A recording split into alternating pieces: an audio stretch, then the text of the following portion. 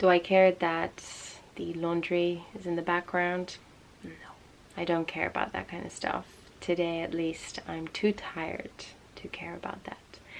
In this video, I want to talk to you about the first time my baby got sick.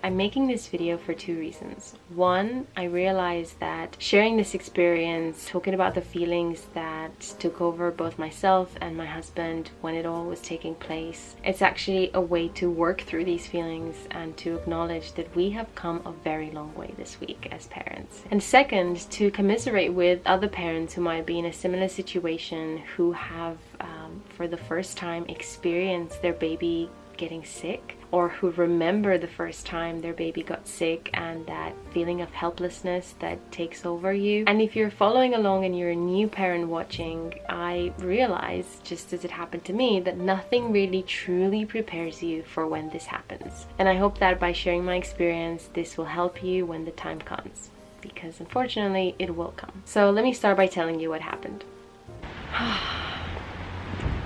At least it's sunny today. The one good thing about today. Where do I begin? On Sunday evening, Harper developed a fever. I took a temperature with the digital thermometer under her armpit, and she had a 38.7 fever. This was about 5 p.m.-ish. Later in the evening, around 7, when we put her down for her night sleep, she had even more fever. I think it was 39.1, at which point we got worried. We called 111. Here in the UK is your first point of contact to express any concerns, and you get on the phone with an assistant and they basically ask you a series of questions to determine what the best course of action is. They told us to keep an eye on it, to keep her in a t-shirt and a diaper, not try to dress her in too many clothes, but that the next day we would be able to see a GP, out of hours GP, because it was a bank holiday on Monday. And that GP appointment went fine. I mean, the doctor didn't seem concerned with what Harper looked like. Oh my god, it's so windy. She seemed fine, she was alert, she didn't have a temperature. They checked her ear and her throat. They were a bit red, but overall said it looked fine, just to keep an eye on it and to monitor it as closely as possible. We spent Monday outside, it was sunny, it was lovely, and it was on Monday evening that we go home. Just before we put her down for a nap, she had a 40 degrees Celsius temperature. This is very, very high. We were extremely concerned. Called 111 again. We got through to a doctor because she didn't have any other symptoms like diarrhea or vomiting or extreme loss of appetite or any other physical symptoms. They weren't too worried about the high temperature as much, and just to kind of keep an eye on it, again, dress her lightly and just see how she feels the next day.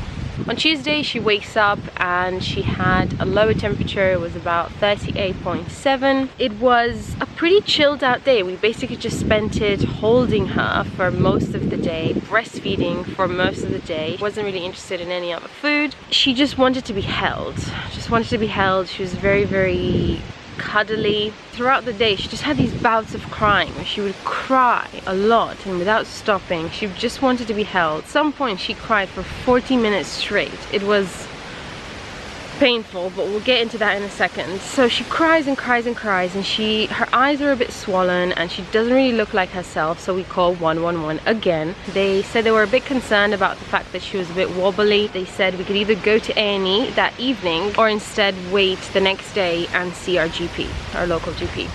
So because it was a bit late, and because we know that from previous experience, A&E is just a place where you can spend hours and hours waiting. You're not going to be seen straight away. We decided to go to sleep and see what we would do the next day, call our local GP and get an appointment. So this is what we did. This was on Wednesday. On Wednesday morning we woke up. She didn't have a fever anymore, but she developed this rash on her chest. We saw our GP and she confirmed that she had a viral infection. These little red spots that appear on their skin is just a result of that increase in temperature. But just to be safe, she wrote us a recommendation letter to see a pediatrician. So we had to go see a specialist doctor at the Leeds General Infirmary at the Children's Hospital here in Leeds. So that's what happened yesterday afternoon. It was 3 p.m. that we got into a taxi and went to the hospital. We didn't really know what we were getting ourselves into. You know, it's not like you, even though you have a letter that says you have to be seen straight away, you're not seen straight away. And at this point they separated us, so it's only one parent that can go in with a child. So I went because I could breastfeed and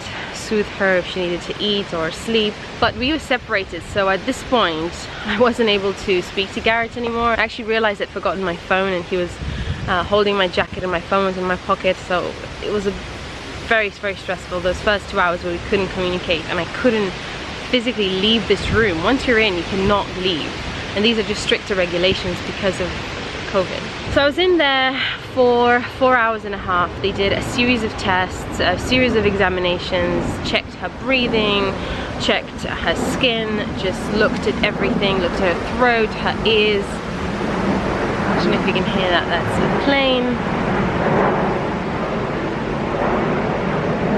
Wish I was on a plane right now.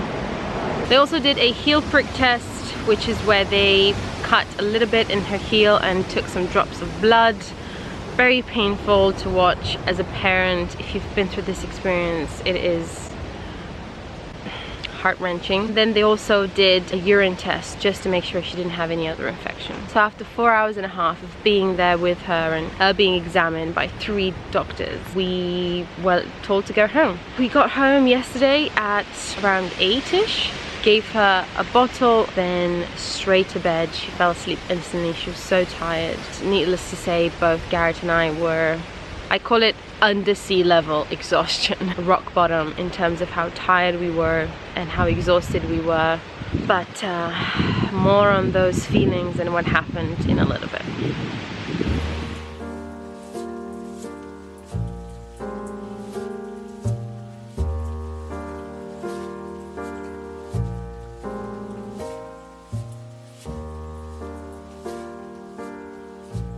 So how would you describe this experience in one word? Ooh, in one word. Visceral. Visceral. Alright. Well, I think for me, the word that comes to mind is resilience. Yeah, that.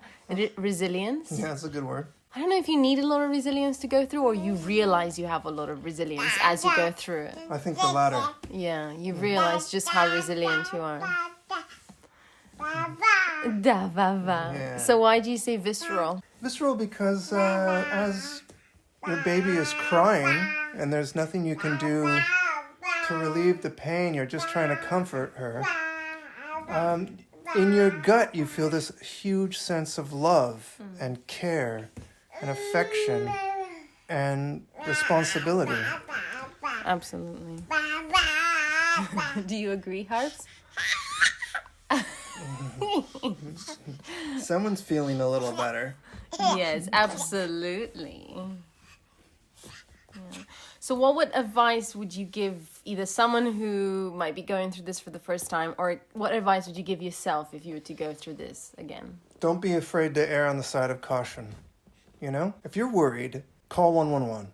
If you're really worried, call your GP, try to get an emergency session, or just go to A&E. Like, it's not worth, like, second-guessing it. Just be overcautious and not be afraid to, because we kept, like, debating. Once we bit the bullet, started asking for medical advice, we felt much more confident and we felt much more useful, because actually one thing we were talking about is that feeling of feeling helpless and not very useful. Or just not knowing what to do. You know, Harper's not a crying baby, so if she's crying for 30 minutes straight and none of the tricks work, just call someone. It was like good to hear someone say, oh no, this is normal, the temperature's not too high, we need to look at some other factors.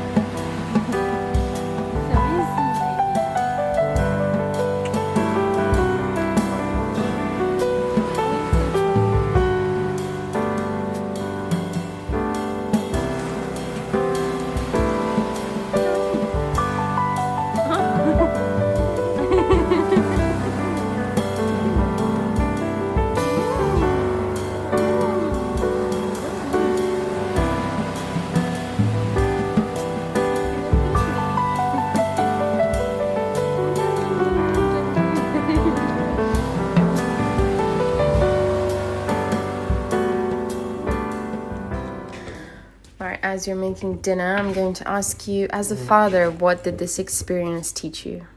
That I'm more capable and confident, having gone through her first viral infection, that I am able to calm her down, make her feel at peace, that kind of thing.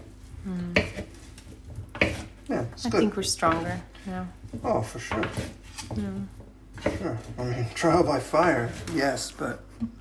Yeah. What doesn't kill you make you stronger, stronger, stronger, stronger. All right. What are you making for dinner tonight?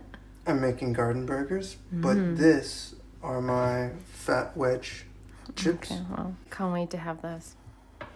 So that's in a nutshell what happened. It's something that unfortunately we cannot protect our children from. You can't have your baby live in this protective bubble that keeps them from being hurt or from experiencing sadness and stress. In these very, very stressful moments, it really pays off to have a solid foundation for communicating well with your partner and for learning how to manage a crisis and how to handle a difficult situation. I would lie if I say we didn't lose it. Last night when we came from the hospital, she had gone to bed. We had some dinner, took a bath, and we were in bed by 10. And the second I put my head on the pillow, she started crying and she woke up. Having spent 4.5 hours in the hospital and having spent 4 days prior to this in this heightened stress mode, I'll be honest with you, I didn't have from where to give. My cup was empty. It wasn't empty, it was broken. Had to ask Garrett to step in and to soothe her for what was 1.5 hours in the end. We went to bed at 12 last night, finally, after a lot of a tumultuous evening, that's for sure. Obviously, in hindsight,